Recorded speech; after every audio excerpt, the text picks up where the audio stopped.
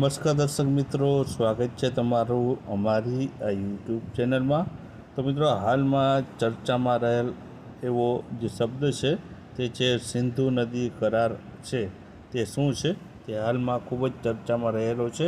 ત્યારે આ બાબતને લઈને છે આપણે અગત્યનું જે છે થિયરી પ્લસ MCQ પ્રશ્ન લઈને આવ્યા છીએ। આ સિંધુ નદીનો જે કરાર છે તે શું છે અને છે હાલમાં છે આ ચર્ચામાં કેમ છે તે તમામ માહિતી આપણે જોવાના છીએ। તો વિડીયોમાં છે શરૂઆતથી અંત સુધી બન્યા રહેજો। તો ચાલો આપણે વિડીયોની શરૂઆત કરીએ। તો સૌપ્રથમ તો આ સિંધુ જળ સંધિ છે તે શું છે? તો મિત્રો તેના વિશે વાત કરીએ તો સિંધુ જળ સંધિ છે એ ભારત અને પાકિસ્તાન વચ્ચે જે સિંધુ નદી અને તેની ઉપનદીઓના જે પાણીના ઉપયોગ અંગેનો છે એક મહત્ત્વપૂર્ણ જળ વહેંચણી કરાર રહેલો છે, જે ભારત અને પાકિસ્તાનની જે સરહદો વચ્ચેથી આ સિંધુ નદી જાય છે, જેનું પાણીના વહેંચણી માટેનો આ કરાર કરવામાં આવ્યો હતો। આ સંધિ મિત્રો છે 19 સપ્ટેમ્બર 1960ના રોજ છે કરાચીમાં છે ભારતના તત્કાલીન વડાપ્રધાન જવાહરલાલ નહેરુ અને પાકિસ્તાનના તત્કાલીન રાષ્ટ્રપતિ અયુબ ખાન છે તેમના હસ્તાક્ષર કરવામાં આવ્યા હતા અને આ કરાર કરવામાં આવ્યો હતો।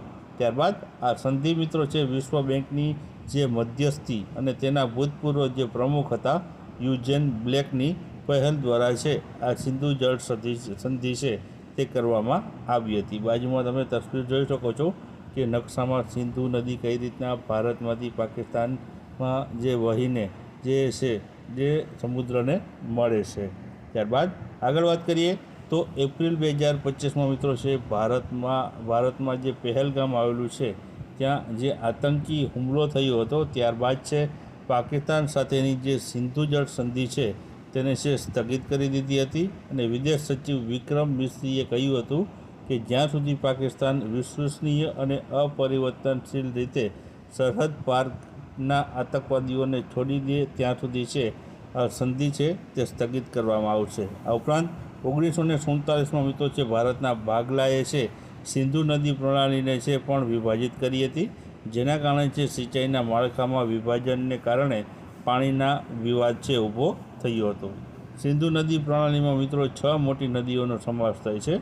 આ 6 નદીઓ કઈ કઈ છે? જેમાં છે સિંધુ છે, ઝેલમ છે, રાવી છે, ચિનાબ છે, વ્યાસ છે અને સતલુજ છે। આ 6 મુખ્ય નદીઓનો છે મોટી નદીઓનો સમાવેશ થાય છે। ત્યારબાદ આગળ વાત કરીએ તો જે પૂર્વની નદીઓ છે રાવી છે, વ્યાસ છે અને સતલુજ, તે ભારત પાસે તેનો સંપૂર્ણ અધિકાર છે અને ભારત તેનું 20% પાણી છે તે યુઝ કરે છે। અને પશ્ચિમની નદીઓ જોઈએ તો તેમાં સિંધુ, ઝેલમ અને ચિનાબનો સમાવેશ થાય છે, જેના પાકિસ્તાન પાસે મુખ્ય અધિકાર છે, ભારત પાસે મર્યાદિત પ્રવેશ છે અને છે જે પાકિસ્તાન પાસે છે આ પશ્ચિમ નદીનો 80% ભાગ છે તે જે છે યુઝ કરે છે પાણીનો। ત્યારબાદ હવે આપણે આગળ વાત કરીએ તો આ નદીઓ છે ક્યાંથી નીકળે છે?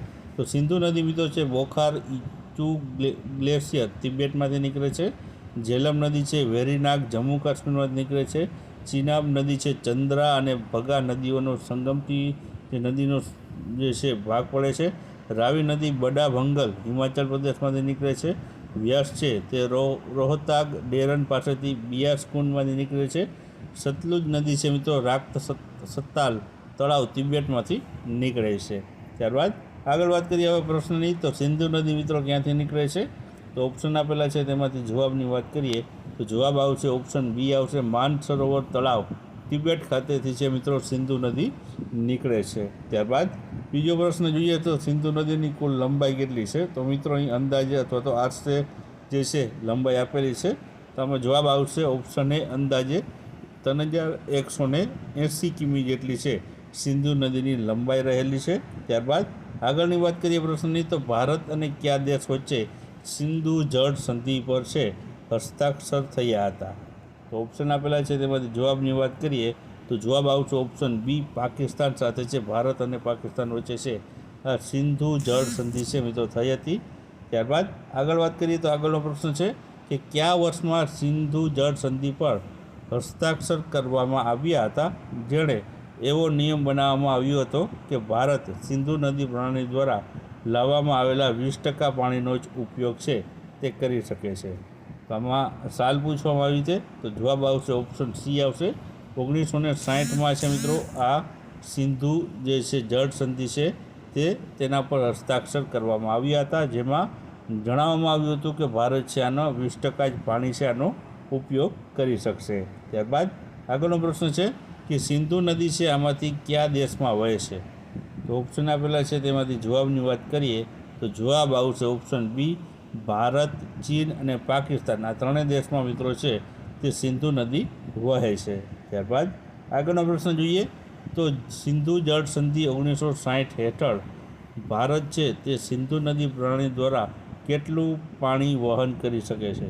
તો ઓપ્શન આપેલા છે તેમાંથી જવાબની વાત કરીએ તો જવાબ આવશે ઓપ્શન એ આવશે, ભારત 20% જ પાણીનું વહન છે આ સંધિ મુજબ છે તે કરી શકે છે. ત્યારબાદ આગળનો પ્રશ્ન જોઈએ તો સિંધુ જળ સંધિ અનુસાર કઈ નદી પર પાકિસ્તાનનું શાસન રહેશે નહીં? તો ઓપ્શન આપેલા છે તેમાંથી જવાબની વાત કરીએ તો જવાબ આવશે ઓપ્શન બી આવશે, રાવી નદી પર છે પાકિસ્તાનનું કોઈ પણ પ્રકારનું શાસન અથવા તો હક રહેશે નહીં. ત્યારબાદ આગળનો પ્રશ્ન છે કે વર્ષ 1960માં ભારત અને પાકિસ્તાન વચ્ચે સિંધુ જળ સંધિ કયા શહેરમાં છે તેના હસ્તાક્ષર છે તે કરવામાં આવ્યા હતા? તો ઓપ્શન આપેલા છે તેમાંથી જવાબની વાત કરીએ તો જવાબ આવશે ઓપ્શન ડી આવશે, કરાચીમાં છે આના હસ્તાક્ષર છે કરવામાં આવ્યા હતા. ત્યારબાદ આગળનો પ્રશ્ન છે કે વિશ્વની સૌથી જૂની શહેરી સંસ્કૃતિઓમાંની એક સિંધુ ખીણની સંસ્કૃતિ છે તે કઈ નદીની આસપાસ કેન્દ્રિત છે? તો આમાં ઓપ્શનમાંથી મિત્રો જવાબ આવશે તે છે ઓપ્શન ડી આવશે, સિંધુ નદીની આસપાસ છે આ જે છે સંસ્કૃતિ કેન્દ્રિત હતી. ત્યારબાદ આગળનો પ્રશ્ન જોઈએ તો આગળનો પ્રશ્ન છે કે સિંધુ નદી ક્યાં જઈને મળે છે? તો ઓપ્શન આપેલા છે તેમાંથી જવાબની વાત કરીએ તો જવાબ આવશે ઓપ્શન એ, અરબ સાગરને છે તે સિંધુ નદી છે અંતમાં મળે છે. ત્યારબાદ આગળનો પ્રશ્ન છે કે ઋગ્વેદ જેવા પ્રાચીન ગ્રંથોમાં સિંધુ નદીનો જે ઉલ્લેખ છે જે શું સંસ્કૃતિ આ નદીને માને છે? તો ઓપ્શન આપેલા છે તેમાં જવાબ આવશે ઓપ્શન એ ડી આવશે, સિંધુ ખીણની સંસ્કૃતિ છે તે આ નદીને માન આપે છે કે સિંધુ ખીણની સંસ્કૃતિ તરીકે જે સંસ્કૃતિને જે છે નદીના નામ ઉપર ઓળખવામાં આવે છે. ત્યારબાદ આગળનો પ્રશ્ન છે કે સિંધુ નદી છે તે કયા ભારતીય કેન્દ્ર શાસિત પ્રદેશમાંથી વહે છે? તો ઓપ્શન આપેલા છે તેમાંથી જવાબની વાત કરીએ તો જવાબ આવશે જમ્મુ કાશ્મીર અને લદ્દાખ, આ બે જે છે ભારતના કેન્દ્ર શાસિત પ્રદેશ ત્યાંથી છે સિંધુ નદી વહે છે. ત્યારબાદ આગળનો પ્રશ્ન છે કે સિંધુ જળ સંધિ હેઠળ ભારતને નીચેનામાંથી કઈ નદીઓ પર વિશિષ્ટ અધિકારો આપવામાં આવ્યા નથી? તો ઓપ્શન આપેલા છે તેમાંથી જવાબ આવશે ઓપ્શન સી આવશે, જેલમ નદી ઉપર છે તે છે વિશિષ્ટ અધિકારો આપવામાં આવ્યા નથી. ત્યારબાદ આગળનો પ્રશ્ન છે કે સિંધુ નદી છે કયા સ્થળેથી ભારતમાં પ્રવેશે છે? તો ભારતમાં મિત્રો કયા સ્થળેથી પ્રવેશે છે? તો જવાબ આવશે ઓપ્શન ડી, લેહ ખાતેથી છે તે ભારતમાં પ્રવેશ કરે છે. ત્યારબાદ આગળનો પ્રશ્ન છે કે સિંધુ નદીની સૌથી મોટી ઉપનદી છે તે કઈ છે?